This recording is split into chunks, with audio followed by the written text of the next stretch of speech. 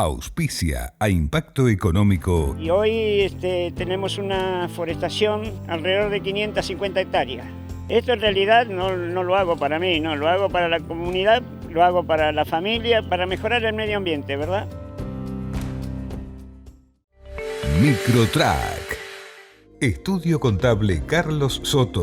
Colaboramos en el crecimiento de su empresa. Atención personalizada, consultoría y asesoría en tributación. Consultas info@estudio-mediosoto.com.ar. Celular 299-402-3425. Pablo, tema inversión. En la Argentina el 2020 tocó un piso en la relación inversión sobre PBI. Bueno, el Producto Bruto cayó un 10%, no se alcanza a reponer lo que se desgasta en cuanto a capacidad instalada productiva. ¿Cómo aumentar la inversión que es crucial para generar empleo y disminuir la pobreza? Daniel, lo que pasa con la inversión también es lo mismo que viene pasando con la inflación, el otro tema que discutíamos. La Argentina, de nuevo, tiene un deterioro en el nivel de inversión secular, te diría. Esa Argentina que hace 100 años era el principal destino de las inversiones extranjeras en Latinoamérica, se ha convertido en un paria en términos de inversiones. No solo las inversiones extranjeras, sino las locales, que es también muy negativo.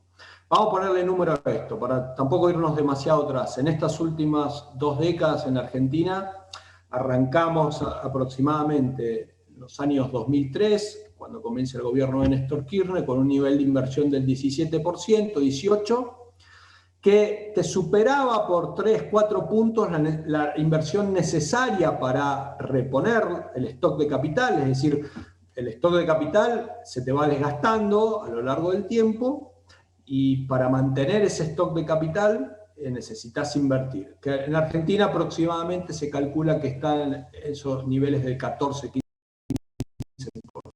Todo lo que esté por encima del 14-15% es inversión adicional, la que hace la economía argentina. Entonces te decía, en el primer gobierno de Kirchner, la inversión estuvo alrededor del 17-18% y fue disminuyendo hasta que en la última gestión, 2015-2019, estamos en niveles del 14%. Con lo cual este problema cruza todos los gobiernos. Este año, Daniel, te diría que hasta el primer semestre la inversión es del 11% del PBI, pero es un año extraordinario por la pandemia, la caída de la inversión ha sucedido en todo el mundo. 2020, perdón. Y eso se ve reflejado. La gente se pregunta a veces, bueno, ¿por qué los salarios de los argentinos son cada vez menores en términos reales? Nuestro poder adquisitivo cada vez nos alcanza para comprar menos cosas. Se ve reflejado, por ejemplo, ¿no?, en la caída en el nivel de consumo de la carne. Claro. Bueno, un indicador fundamental. La pobreza en los últimos 50 años en la Argentina pasó del 4-5% en la primera mitad de los años 70. Hoy estamos bordeando, rozando el 50% de la población. Sí. Si te enfocás 2 de cada 3 chicos en la Argentina son pobres. Claro. Sí, claro, tal cual. Sí. Hay más chicos pobres que no pobres. Bueno, esa caída en el poder adquisitivo de la gente, en los ingresos, o visto del otro lado, ese aumento fenomenal de la pobreza, en última instancia hay que ir a buscarlo, la causa, a que el nivel de inversiones no es el adecuado. Países similares de la Argentina y países emergentes están invirtiendo entre 25 y 35% del Producto Bruto, ¿sí? Nosotros estamos por debajo del 20%, y eso trae consecuencias. Obviamente que es cíclico también, hay periodos mejores y peores, pero fíjate lo que nos está pasando, Daniel. Los 3 peores momentos en términos de caída del Producto Bruto por habitante fueron la década del 80, donde cae 25% acumulado, entre el año 98 y 2002, la penúltima crisis que tuvimos en la Argentina, donde cayó el ingreso per cápita 22%, y entre el año 2011 y 2020 la caída ya es del 22-23%. Estamos entre las 3 peores caídas de ingreso per cápita de las últimas décadas en la Argentina. Y eso consecuencia no de la pandemia nada más, sino de la caída en la inversión. Ahora, si vos me preguntás, bueno, ¿cuáles son los factores que hacen que la inversión en Argentina no sea la adecuada? Acá, digamos, hay un manual de procedimientos, ya que estamos con los protocolos. Hay un protocolo para generar un contexto amigable a la llegada de inversión. Claro. Primero y fundamental, Daniel, garantizar lo máximo posible los derechos de propiedad. Nadie invierte, ¿sí?, en la carpa de Alibaba y los 40 ladrones, porque saben que el manotazo a tus bienes, la probabilidad es muy alta. La falta de moneda, ¿sí? Claro. Discúlpame, Pablo, ahí tengo un punto en la cuestión de la seguridad jurídica. Este avance nuevamente del gobierno sobre la justicia reflejado en el discurso de Fernández, en la intención de crear una comisión para investigar a integrantes del Poder Judicial, atenta contra la posibilidad de atraer inversiones.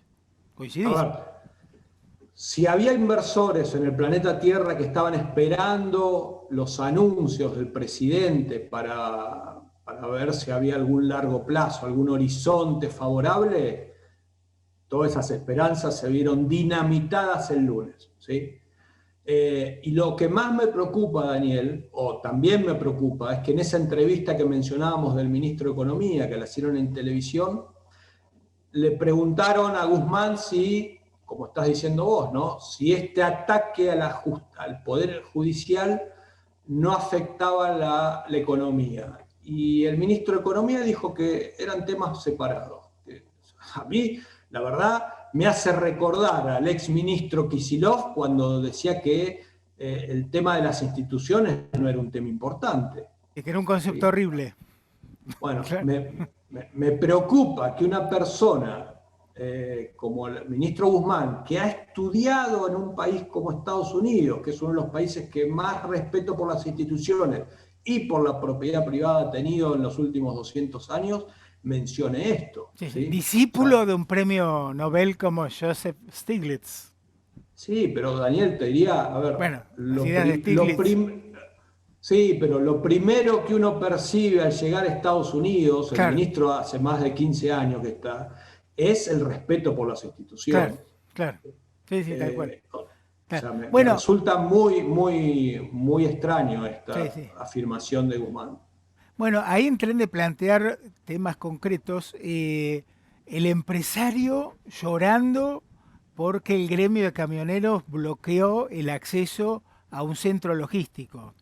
El empresario dueño del frigorífico Arrebif que se hinchó las pelotas de que los sindicatos le generaran problemas internos y dijo cierro y dejó a 1000 personas en la calle, lo cual me parece comprensible, yo haría lo mismo. Si me joden tanto, o sea, ese accionar sindical, falta de respeto a la propiedad privada, hace que no se invierta y la gente que tiene inversiones diga, hasta acá llegué. Bueno, Daniel, pero no es...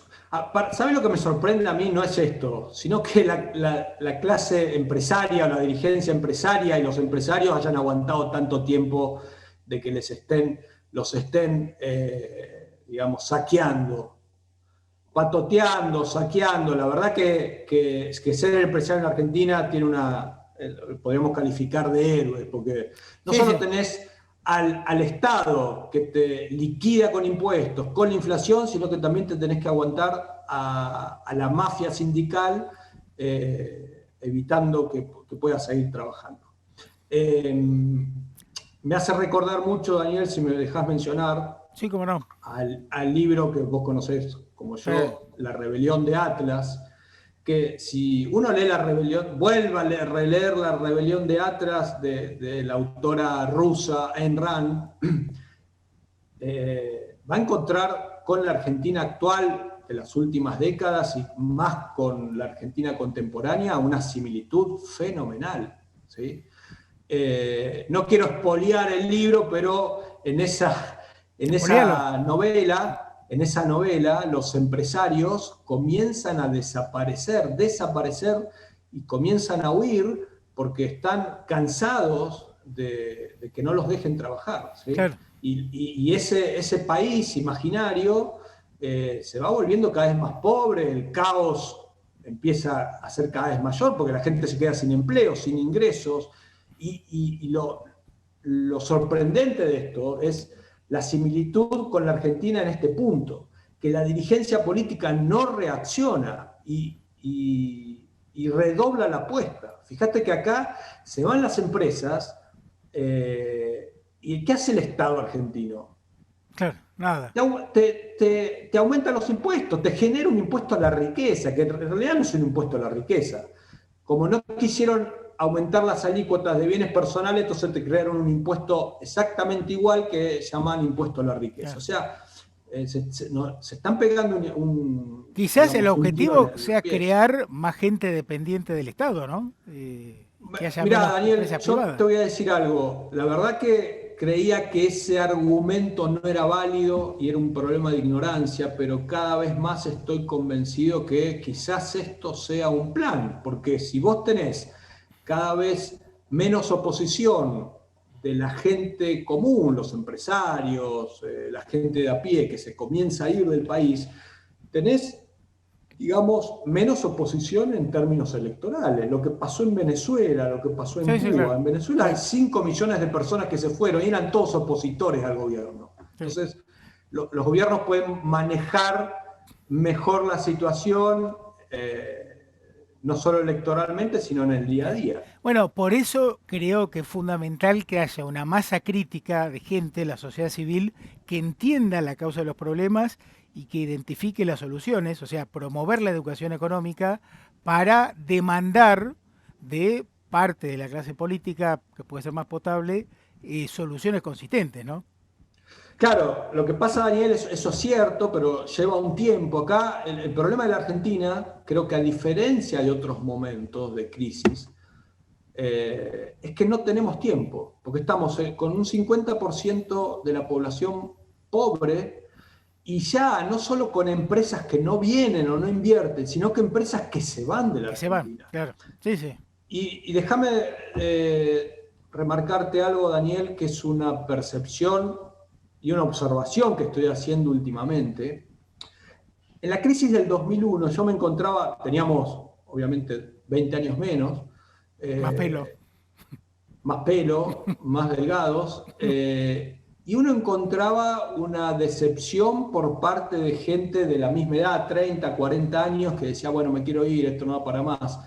Hoy, a diferencia de aquel momento, no solo nos encontramos con ese grupo etario que también se quiere ir, sino con los chicos en el secundario. Yo observo en mi hija, en las amistades, en las primas, uno observa en sobrinos, que ya chicos de 13, 14, 15 años están mencionando que se quieren ir del país. Y eso nos está dando la pauta de que el recurso humano que va a comenzar a trabajar dentro de 5 o 10 años en la Argentina y tienen una visión muy diferente a la que tiene la mayoría de la dirigencia política argentina, ya dijo, cerró la cortina, es decir, Sí, dijo, sí. este país no me ofrece digamos, el futuro, Oportunidades, claro.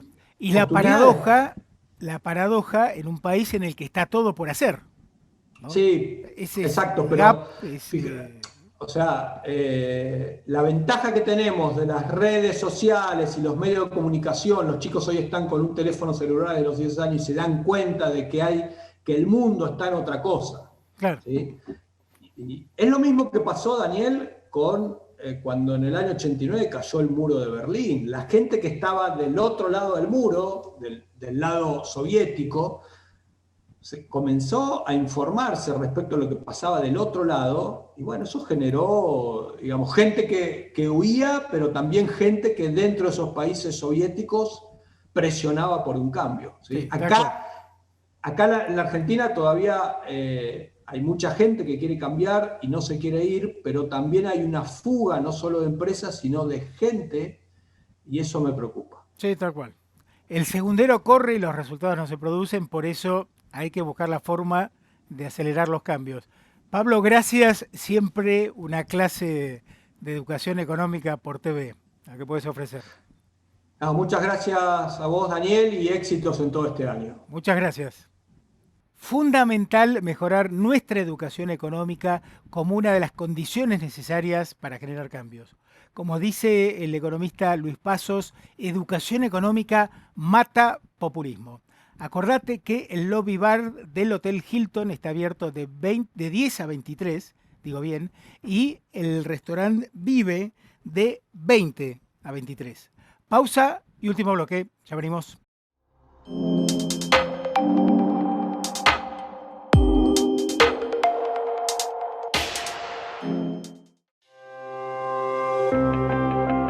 La forma de contratar y buscar empleo cambió. Hoy más que nunca necesitamos que se crucen esos dos mundos, porque cuando eso ocurre, se construye progreso. Si tu empresa necesita contratar personal o si te encontrás en búsqueda de trabajo, podemos ayudarte. Sánchez Salas, Recursos Humanos. Visita nuestro portal de empleo www.estudiosánchezsalas.com.ar. Ya sea que estés en Salta o en Ushuaia, en una gran ciudad o en el campo, ellos están ahí. Los productores asesores de seguros, para darte la tranquilidad que necesitas cuando la necesitas. Están cerca y están siempre. Y hoy más que nunca queremos agradecerles por seguir conteniendo a nuestros más de 7 millones de asegurados. Estamos. Sancor Seguros.